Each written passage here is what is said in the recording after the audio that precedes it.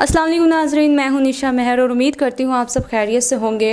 तो आज हमारे साथ एक ऐसी लड़की मौजूद हैं जिनके शोहर ने किसी और की मोहब्बत में मुब्तला होकर इन्हें छोड़ दिया और दुनिया के धक्के खाने के लिए इन्हें अकेला छोड़ दिया।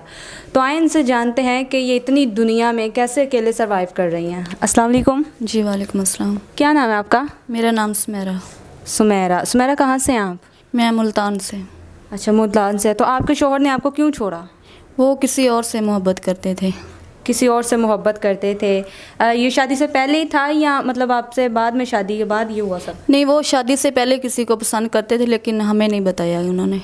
आपको ये बात नहीं बताया गया? जी। तो आपकी लव मैरिज है या अरेंज? अरेंज मैरिड है। अरेंज मैरिज है आपकी। तो आपकी फैमिली को पता था कि वो लड़का किसी और को चाहता है या शादी से पहले बताया हो? नहीं, हमारी फैमिली को पता होता तो शायद हम ना करते। सही। तो अब आपको डिवोर्स दे के घर से निकाल दिया है? नहीं, डिवोर्स अभी नहीं दिया लेकिन वो कहते हैं कि मैंने आपको नहीं रखना है। बच्चे हैं आपके? नहीं, बच्चे नहीं हैं। बच्चे नहीं हैं। तो आपकी फैमिली मेम्बर्स क्या कहते हैं?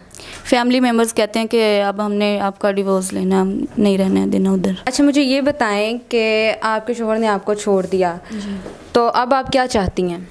मैं ये चाहती हूँ कि मुझे कोई ऐसा अच्छा इंसान मिले जो हमारे साथ चले, जो हमारी हेल्प करे।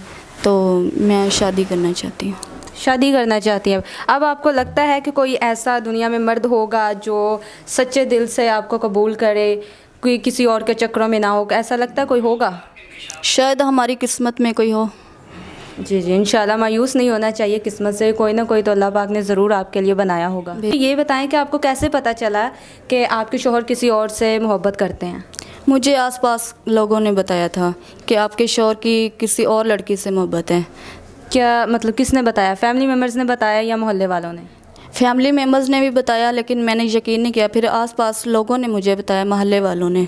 तो फिर मुझे तो आपने मोहल्ले वालों की बातों पे यकीन कर लिया? जब फैमिली वाले कहते हैं तो फिर मोहल्ले वाले कहते हैं, तो इसलिए फिर मैंने यकीन कर लिया। तो शोहर का क्या कहना था?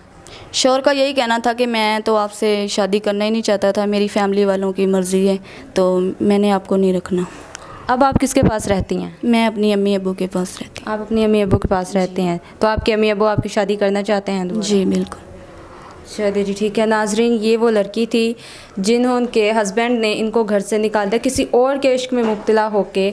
देखें, अगर आप किसी से प्यार करते हैं पहले तो अपनी फैमिलीज़ को पहले ही बता दिया करें कि हम किसी और को लाइक करते हैं, ताकि किसी और की ज़िंदगी ख़राब ना हो। तो अब इनके साथ बहुत ही बुरा सलूक किया गया है। तो अगर कोई भी इनसे शादी करना चाहता है तो नीचे नंबर दिया गया है, आप इनसे कांटेक्ट कर सकते हैं और इनका सहारा बन सकते हैं। Thank you so much. अल्लाह हाफिज़।